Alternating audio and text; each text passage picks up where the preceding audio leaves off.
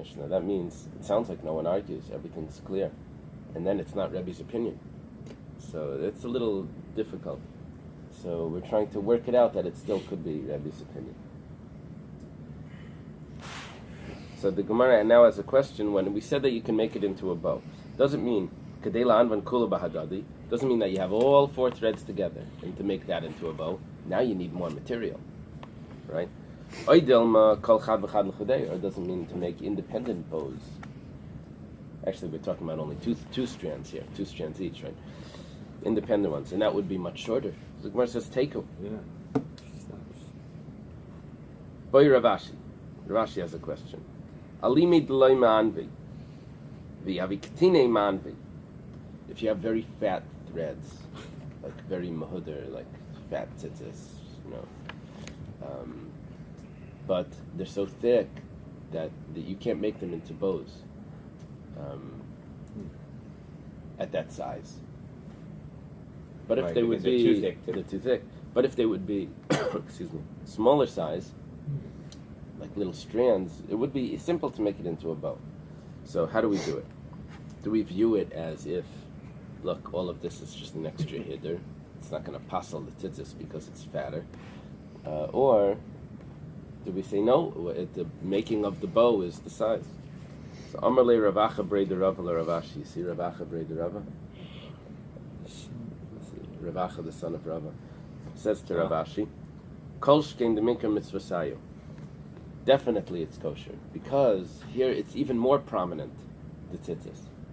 It needs to be seen. It needs to, the size is that it should be recognizable, I guess. And that's long enough. So here, it's fatter, it's more prominent. So it's better to have longer and fatter tzitzis. Yeah. Man Tana de Palagala de Rabbi. Who argues on Rabbi? We said it's the Chachamim, but we didn't put a name to them. It says, Hi Tanahu. The Tanya was taught in the Bais. Rabbi Yitzchak came Mishum Reb Nassan, Sham Mishum Rabbi Eily, Sham Mishum Rabbi Yochanan ben Nuri. Rabbi Yitzchak says in the name of Reb Nassan, in the name of Rabbi Eily. Wow, no one saw each other here. It said in the name of Rabbi Yochanan ben Nuri, Ein like Tchelas, if a person doesn't have Tchelas, no problem, Mata Lavan. You just put in the white. I don't know if there's any proof here, like Rashi, that it means you have 4 strings of white.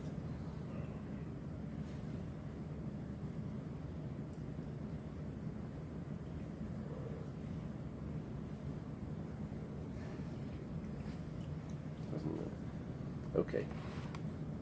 Amar Rava. Shma Mina.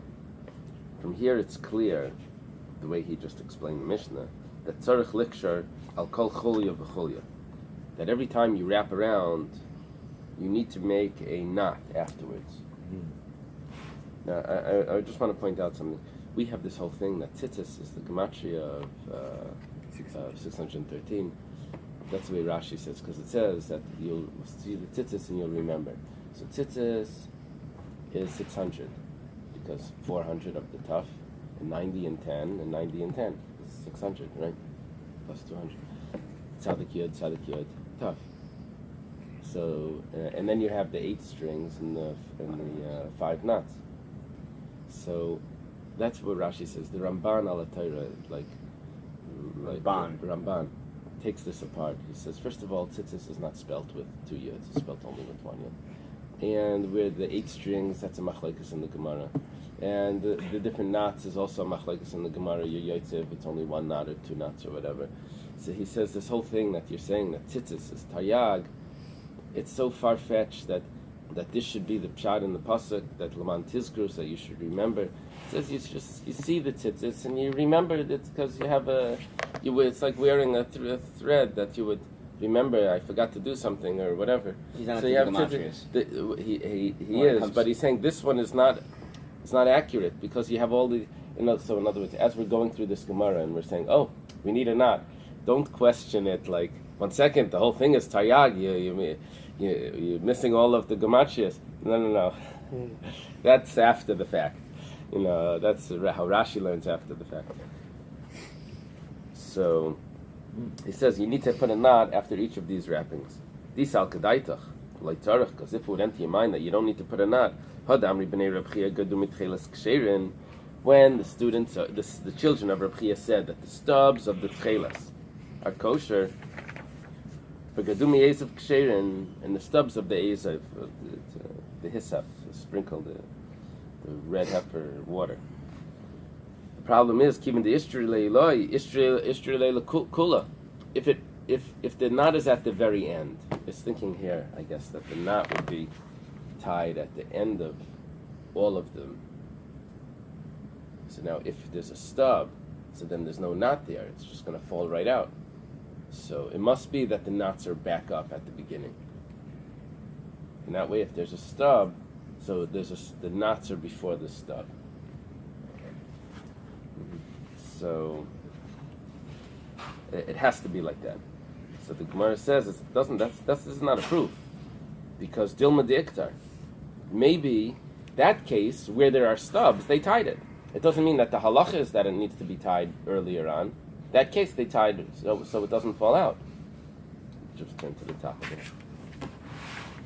The Amar Rabba. The end Rabba says this must be Rabba again, because or else it wouldn't say Veh. Or maybe it's take away the Veh and it's Rabba. And Rabba says, Shema Mina, we see from here, Kesher Eily and Deraisa. The first knot needs to be is biblical.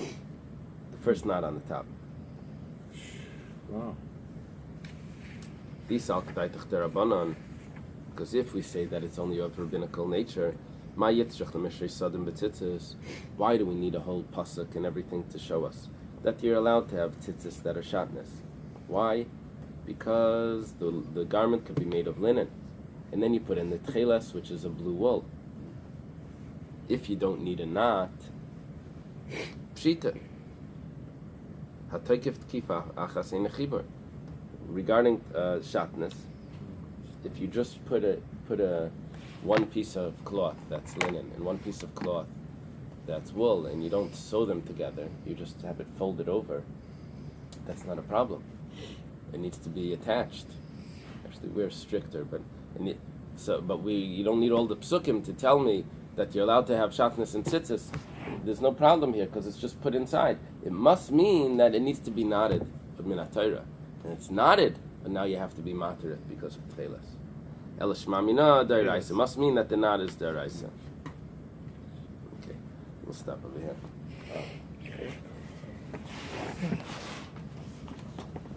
Just stitch.